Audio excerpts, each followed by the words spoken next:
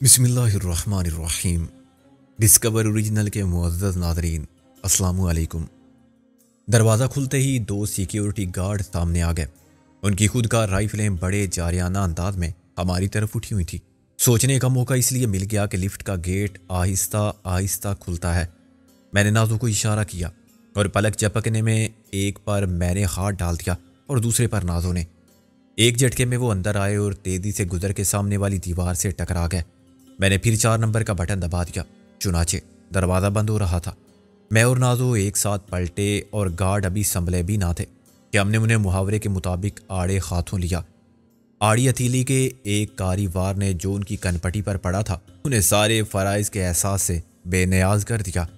सूरत को कंट्रोल में रखने के लिए गालिब ने चिल्ला के कहा था, खबरदार हिलना मत, कोई सांस भी मत लेना वरना हवा निकाल देंगे। अहमक हो तुम, गधे हो। गालिब ने गड़े जैसा सर हिलाया। और आप दोनों के चच्चा, तुम लिफ्ट को ऊपर ही रोको खातून। नाजो ने गेट को थोड़ा सा खुला रखा। लिफ्ट वहीं रही। मैंने बाहर झांक के देखा। चौथी मंजिल पर अभी कुछ भी ना था। तामीरात का थोड़ा बहुत काम जारी था और सरिया सीमेंट बिखरा पड़ा हुआ था। गालबन चौथी मंजिल किसी तोसी मंसूबे का हिस्सा थी जिस पर अमल होने वाला था। ऊपर और कोई नजर नहीं आ रहा था। मैंने नाजो को इशारा किया, तुम जरा बाहर आओ और अपना मुंह दूसरी तरफ रखो। ये मत पूछना क्यों। हाँ, शर्म आएगी हमें बताते हुए। लिफ्ट तकरीबन 10 फुट लंबी थी और आम लिफ्ट्स की तरह 5 फुट चौड़ी। हमें गार्ड के साथ दो हाथ करने के लिए खासी जगह मैसर आ गई थी। अब वो दोनों मुंह के बल पड़े थे। उनकी राइफलें किसी काम ना आ सकी थी। चंद मिनट में सारी कार्रवाई मुकम्मल हो गई तो मैंने बिशारत को भी बाहर आने का इशारा किया। किसी गार्ड के आधे घंटे से पहले होश में आने का इम्कान ना था। मैंने दरवाजे को ईंट लगा के बंद होने से रोका और हम जीने के रास्ते नीचे उतरे। अब मैं भी सिक्योरिटी गार्ड के यूनिफॉर्म में था और गालिब भी। हमारे हाथ में उन्हीं की खुद का राइफलें थी और बिशारत के चेहरे पर हवाइयाँ उड़ी हुई थी। अगर तुम चौधरी दिलावर के साथी हो तो तुमने हमारे बारे में ज़रूर सुना होगा। नहीं सुना तो अब सुन लो। क्या मैदान जंग में लिहाज सब भूल जाते हैं? मैंने कहा, ये हॉस्पिटल है, यहाँ कुछ तो खून नहीं होना चाहिए, मगर इसका दारोमदार तुम्हारे अपने रवैये पर होगा। उसने सिर्फ सर हिलाया। मैंने अभी तक तुम्हारी मर्जी के खिलाफ कोई काम नहीं किया। तुमने सिक्योरिटी को कैसी इतला दी थी? गालिब ने मुझे एक छोटा सा आला दिखाया। ये देखो। ये क्या है? गालिब ने उस छोटी सी डिबिया जैसे आले पर एक बटन दबाया। ये कोड सिग्नल देता है। इसकी जेब में था। कमरे में डॉक्टर के सिवा कोई भी ना था, जो बेवकूफ़ों की तरह अक्का बक्का खड़ा हुआ था। बिल्कुल उस दूल्हा की तरह जो हुजला और उसी में कदम रंजा फरमाए तो देखे कि सेज खाली है, दुल्हन गायब और खिड़की खुली हुई है। सख्त बेयकीनी की कैफियत में वो सूरत की वजाहत करने की कोशिशें नाकाम में मसरूफ़ था। नाजो सबसे पहले दौड़ के खिड़की तक गई थी और झुक के नीचे देख रही थी। वो भाग गया इस तरह। उसने छलांग मार तुम जेब में हाथ डाले पैगामात भेजते रहे। मैंने गुर्रा कर कहा। बिशारत की बेबसी देखने के काबिल थी। उसे भरोसा था अपने सिक्योरिटी स्टाफ पर जो मुसल्ला थे। फिर शायद उसे यकीन था कि सिग्नल मिलते ही मदद पहुंच जाएगी और ये गुंडे पकड़े जाएंगे, मगर अब उसको सहारा देने के लिए कुछ न था। हम दूसरी मंजिल पर पहुंचे तो एक डॉक्टर तेजी से हमारी तरफ आया। सर, कहाँ थे आप?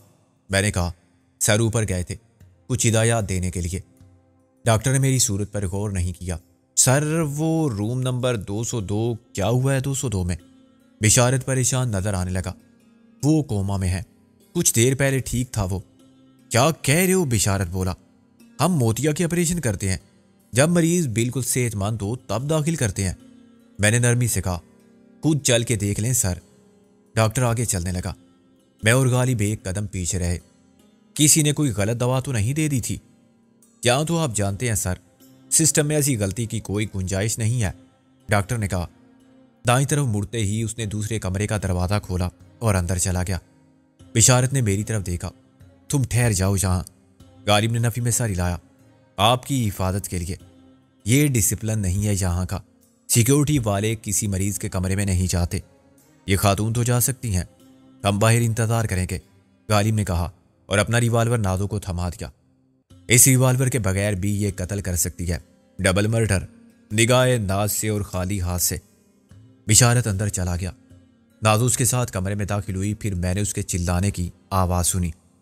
मैं और गालिब एक साथ अंदर घुसने की कोशिश में आपस में टकरा गए। फिर गालिब ने पहल की और मैं उसके पीछे कमरे में पहुंचा। मेरा ख्याल था कि यहाँ चौधरी दिलावर ने कोई गैर मुतवक्के और हैरान कर देने वाली चाल चली होगी। वो उस्ताद पेड्रो बन के यहाँ रोपोश था और उसने अपना नाम भी अयाज लिखवाया था, मगर अंदर कदम रखते ही मुझ पर 14 तबक रोशन हो गए। दूंगा। एक गहरी सांस लेकर बिशारत ने सीने पर रखी हुई हवा निकाली।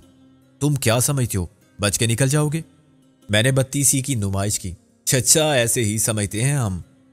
खौफ व हिरास के जरासीम जितनी तेजी से पब्लिक पर हमला करते हैं, उतनी तेजी से कोई वबा या जंगल की आग भी नहीं फैलती।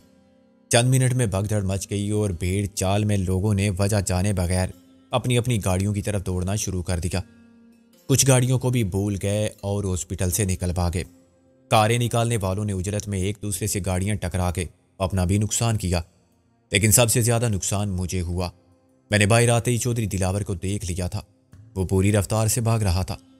उसने अपनी राह में घायल होने वाली एक नर्स को भी धक्का देकर गिरा दिया। सिर्फ एक बार उसने पलट के मेरी तरफ भी देखा। उसकी निगाह एक बदहवास हुजूम में मुझे तलाश ना कर सकी, लेकिन मैं उसे साफ पहचान गया। मेरी मजबूरी ये थी कि मैं फायर नहीं कर सकता था। उससे यकीनी तौर पर चौधरी दिलावर को गजीन ना पहुंचती। दरमियान में हायल बहुत से बेगुनाह गोली का निशाना बन जाते। ये बात सिर्फ मैं जानता था कि दिलावर क्यों भाग रहा है और किस से भाग रहा है।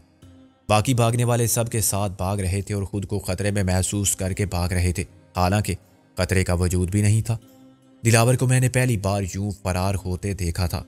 अपनी उम्र के लिहाज से उसकी रफ्तार काबिल तारीफ थी, मगर मसला उसके लिए सिर्फ इद्दत का ही नहीं, पनाह या बका का भी था। मेरी नज़रों के सामने उसने सड़क अबूर की और एक स्याह रंग की गाड़ी में बैठ गया। मैंने चिल्ला के कहा, रोको, उसे रोको। लेकिन मेरी आवाज़ पर वहां ध्यान देने वाला कौन था? उसका उल्टा असर हुआ। चीख पुकार का शोर फरियादो फगा में बदल गया। ना जाने किसने अपने अंदेशे का इजहार ऐलानिया कर दिया। जल्दी करो, बम फटने ही वाला है, भागो। एक साथ कई खवातीन ने इस्तरियाई अंदाज में कोरस शुरू कर दिया और बेवक्त की रागनी की तरह बेसुरी आवाज़ों में रोने लगी। उनके सरताज उन्हें डांटने लगे, रोने से कुछ नहीं होगा, जल्दी चलो। कैसे चलूं? ये सारी मुसीबत है। क्या सारी बांध के आना ज़रूरी था? फैशन शो रहा था यहाँ, दफा करो सारी को। अजीब पोपो कहाँ है? तुम्हारे साथ था। गड्डी किधर है? टाइम बम की तरह इतला मिली है फ़ोन पर, किसी पैदाइशी शर पसंद और अफवाह साज ने कहा। मैं ये सब सुनता रहा क्योंकि और कुछ करने को था भी नहीं। स्याहकार चौधरी दिलावर के बैठते ही चल पड़ी थी। मैंने उसका नंबर देखने की कोशिश की, मगर एक तो दरमियान में दूसरी गाड़ियां और मुतहर्रक लोग थे। दूसरे कार का नंबर बहुत गैर नुमाया था और एक दी, हाँ छलांग मार दी एकदम। डॉक्टर को जैसे जबान मिल गई और उसने नादों के बयान की तायद में अपना कद्दू जैसा शफाफ सर हिलाया। मैंने गालिब को दरवाजे पर रहने का इशारा किया और खिड़की से झांक के देखा।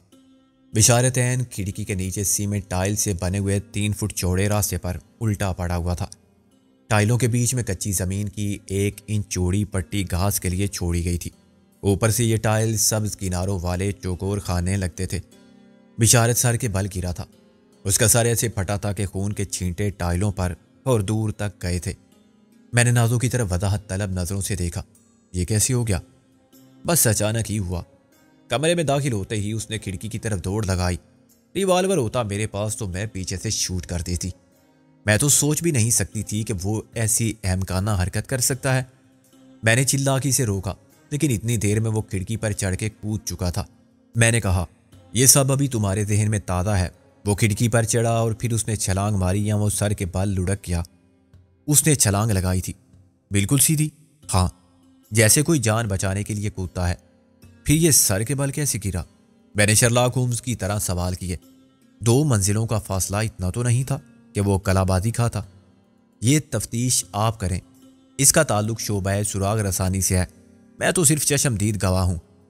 एक ख्याल के ज़हन में आते ही मैं पलट के भागा और गालिब को धकेल के बाहर निकल गया। सिक्योरिटी की वर्दी में एक शख्स दौड़ता देख के कुछ खौफ व हिरास की फजा पैदा हुई। हर शख्स मेरे रास्ते से खुद हट गया और दूसरे से पूछने लगा कि क्या बात हुई है। जाहिर है दूसरा या तीसरा भी कुछ जानते तो बताते। मैं बड़ी तेज़ी से रेलिंग के साथ साथ घूमने वाले जीने पर उतरा और लुढ़कता हुआ नीचे पहुंचने से बाल बाल बचा। हॉस्पिटल में एकदम अफरा तफरी फैल गई थी। कुछ लोग पीछे की तरफ भाग रहे थे, बाकी मेरे भागने से ये समझ रहे थे कि सिक्योरिटी के नुक्ते नज़र से कोई गैर मामूली बात हुई है। शायद कहीं आग लगी है या किसी ने बम रख दिया है। खुद साख्ता खदशात के बायस लोग भी दरवाजे की जानिब चल पड़े थे और इस खतरनाक जगह से जल्द अज जल्द भागने की फिक्र में थे। एक दफ़ा मैं पड़ा ही नहीं गया। ये left hand drive Ford escort थी। ड्राइवर दूसरी तरफ बैठा हुआ था। दिलावर के चेहरे ने उसका चेहरा छुपा लिया था। मैं मायूस लौटा। मुझे गुस्सा खुद पर आ रहा था कि मैंने देर की। अगर मैं खुद खिड़की से बाहर का मंजर मुलाहिजा फरमाता तो क्या फ़र्क पड़ता। नाज़ो ने देख ही लिया था और मुझे बता भी दिया था कि बिशारत ने उसे मौका दिए बगैर खिड़की से छलांग मार दी। मुझे उसी वक्त समझ लेना चाहिए था कि असल बात कुछ और है। डॉक्टर सबसे पहले कमरे में दाखिल हुआ था। शायद उसने दिलावर को खिड़की के रास्ते निकलते देखा होगा। उसे दिलावर की सिर्फ एक झलक नजर आई होगी जो चंद सेकंड के वक्त से अंदर पहुंचने वाली नाज़ो ने नहीं देखी। डॉक्टर यकीनन दिलावर को रोकने या बचाने के लिए भागा होगा, लेकिन अपनी इसी कोशिश के नतीजे में वो खिड़की तक पहुंच के तवाज़ुन बरकरार ना रख सका और एकदम आगे झुका तो बाहर गिर गया। उसके सर के बाल गिरने की दूसरी तोदी नहीं हो सकती थी। मैंने 2 मिनट सूरत को समझने और नाज़ो से सवाल करने में ज़ाया ना किए होते तो मैं दिलावर को ज़रूर पकड़ लेता। अब तो खुद हमारा अपनी जान बचा के जान निकल जाना एक मसला बन गया था। हॉस्पिटल की इंतज़ामिया हरकत में आ गई थी और उन्होंने लोगों को चिल्ला चिल्ला कर समझाना शुरू कर दिया था कि ख़तरे की कोई बात नहीं। अंदर मुख्तलिफ मुकामात पर लगे हुए छोटे छोटे लाउड स्पीकर पर भी यही ऐलान दोहराया जा रहा था। हज़रात व ख़वातीन, ख़तरे और परेशानी की कोई बात नहीं। बेबुनियाद अफवाहों पर तवज्जो ना दे, नज़्म ज़ब्त बरकरार रखे। सिक्योरिटी के दीगर अरकान एक जगह जमा हो चुके थे। एडमिनिस्ट्रेटर टाइप एक शख्स उन्हें डांट रहा था। कैसे शुरू हो गया ये हंगामा? किसी ने मेरी तरफ उंगली उठाई। ये दौड़ता हुआ गेट तक गया था। और तुम क्यों दौड़ रहे थे इसे देखकर, इडियट? इधर आओ ज़रा। अब उसके हुक्म की तामील के सिवा चारा ना था। Yes sir. तुम? मैंने तुम्हें पहले नहीं देखा। मैंने भी आपको पहले नहीं देखा था सर। बिशारत साहब ने आज ही हम दोनों को भर्ती किया था, मैंने संजीदगी से कहा। दूसरे गार्ड मुस्कुराने लगे। उन्हें मेरी नामाकूल बात भी माकूल लगी थी। हम दोनों? दूसरा कौन है? पता नहीं, होगा कहीं। मेरे साथ ही इंटरव्यू लिया था, इसलिए मुझे मालूम है। क्यों दौड़े थे तुम? क्या हुआ था? जी हुआ तो कुछ नहीं था, मैंने सर खुजा के कहा, मगर हो जाता। क्या मतलब? हाथ नीचे रखो। एडमिनिस्ट्रेटर चिराग पा हो गया। Yes sir. वो एक गाड़ी का ताला खोलने में मसरूफ़ था। मैंने रोका तो वो भाग के दूसरी गाड़ी की तरफ गया और उसमें बैठ के फरार हो गया। क्या मैंने गलती की थी उसका पीछा करके? जाओ पता करो वो किसकी गाड़ी चुरा के ले गया है। मेरा झूठ चल गया था। अगर इस वक्त कोई बक देता कि उसने तो मुझे ऊपर से सीढ़ियां उतरते देखा था तो कार चोरी वाली कहानी गलत हो जाती। एक खतरा यह भी पैदा हो गया था कि वो सिक्योरिटी गार्ड लिबास कुदरत में नमूदार ना हो जाएं, जिनकी वर्दी खम ने अपने कपड़ों पर जेब तन कर ली थी। उन्हें होश से बेगाना हुए आधा घंटा हो चुका था, मगर होश में आने के लिए आधा घंटा मुकर्रर नहीं था। कोई 20 मिनट में उठ बैठता या घंटा भर लेटा रहता तो उसकी मर्जी। जब एडमिनिस्ट्रेटर अंदर चला गया और दूसरे गार्ड मुझे अजनबी नज़रों से घूरते हुए अपनी अपनी ड्यूटी करने चले गए तो मैं बड़ी जल्दी से ऊपर जाने के इरादे से जीने की तरफ बढ़ा। आधे रास्ते में मेरी मुलाकात गालिब और नाजू से हुई। गालिब ने अपनी वर्दी उतार फेंकी थी और वो आम मुलाकातियों की तरह वापस जा रहे थे। लाउड स्पीकर पर मुलाकात का वक्त ख़त्म होने का ऐलान बेमकसद हो गया था।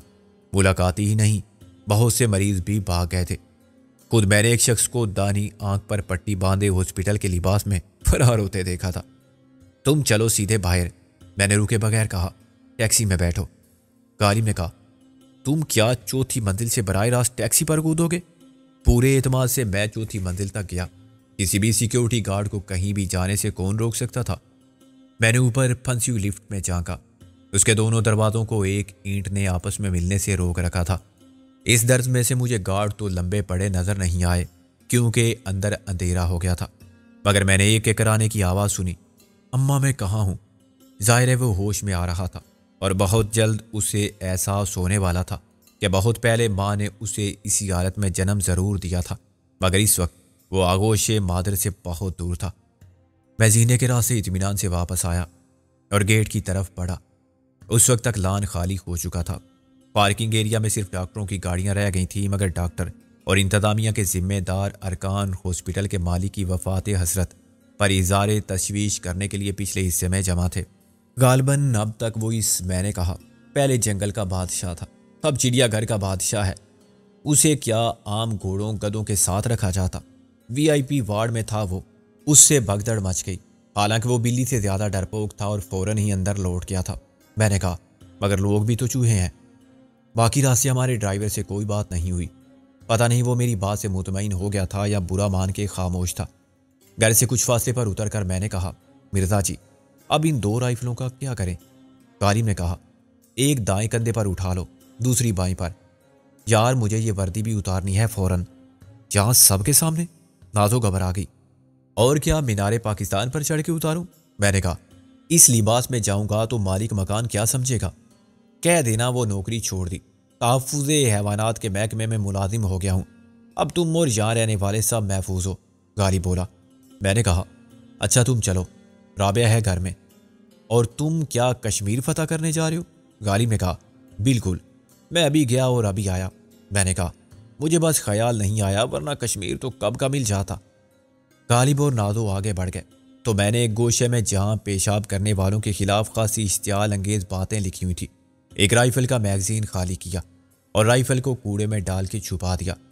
एक राइफल के साथ मैं जारियाना अंदाज में चलता हुआ अपने घर पहुंचा तो हस्बे तवक्को नीचे ही मालिक मकान से मुलाकात हो गई। उसने मुझे रोका। किधर मुंह उठाए जा रहे हो? खैर से, हम भी तो पड़े हैं राहों में। मैंने डांट के कहा, तुम मालिक हो इस बिल्डिंग के? अभी तक तो हूं। मैं SCI का नुमाइंदा हूं, समझे? ICS कहते तो समझ जाता। मशकूक अफराद की तफ्तीश का इदारा। कौन है मशकूक अफराद? जहां सब शुराफा रहते हैं, सब मालूम हो जाएगा। मैंने कहा, लड़कियां बहुत आती जाती हैं। एक मगरूर लड़की है लाली, ऊपर आंखों का एक डॉक्टर रहता है, वो भी किसी को भगा के लाया है। कैसी बातें करते हो जनाब, बैठो जरा आराम से। मालिक मकान आवाज बाख्ता हो गया।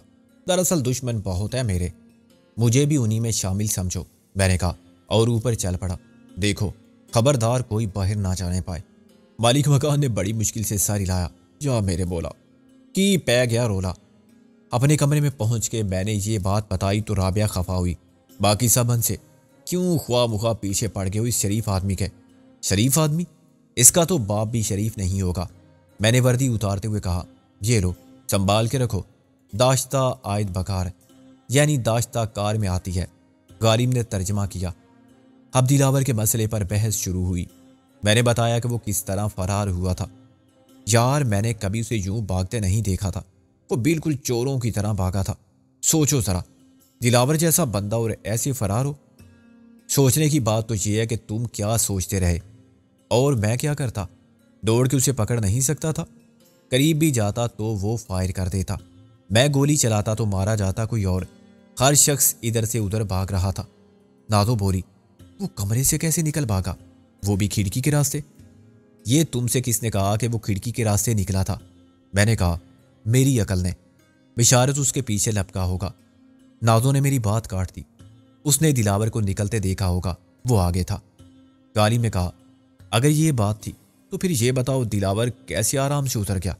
बिशारत कैसे सर के बल जा गिरा? बिशारत तो खिड़की में झुका होगा, शायद ज्यादा झुक गया और उसके कदम उखड़ गए। हाँ, दिलावर कैसे उतरा, ये है गौर तलब सवाल। मेरा ख्याल है कि वो रस्सी से उतरा। नाजो ने कहा, नजर ना आने वाली रस्सी के जरिए। भाई मान गए तुम्हारी अकल को, नाकुसुल अकल लड़की। गालिब ने उसकी पीठ पर हाथ मारा। ऐसा सिर्फ मेरा भूत सुसर कर सकता था। अपने हाथ को काबू में रखो और जबान भी। सब पर काबू है मुझे सिवाय दिल के। गालिब ने आ भरी। दिल है पराए बस में। पराई बस? और बस जा रही है मेंटल हॉस्पिटल, राबिया ने कहा। नाजो ने कहा, जब मैंने जान कर देखा था तो मुझे ऐसा लगा था जैसे कोई रस्सी का टुकड़ा था जो सांप की तरह बल खा के गायब हो गया। गालिब ने कहा, चश्मा होता तो साफ नजर आता कि वो सांप था, वो रस्सी थी। नाजो ने बिगड़ के कहा, जो दिलावर ने इस्तेमाल की होगी। यानी वो रस्सी के साथ ही खुद भी उतर गया। रस्सी क्या हवा में खड़ी थी? गालिब ने कहा। मैंने कहा, नाजो की बात में वजन है, इसके दिमाग जितना। गालिब ने कहा, नहीं, भैंस के दिमाग जितना। तुम जानते हो कि अकल से भैंस बड़ी होती है। अगर कोई माहिर हो तो रस्सी बांध के ऊपर से नीचे जा सकता है और नीचे से एक झटका देकर रस्सी भी खोल सकता है। पुराने चोर इस फन के माहिर थे। वो तो गो को भी इस्तेमाल करते थे। गो क्या? नादो ने पूछा।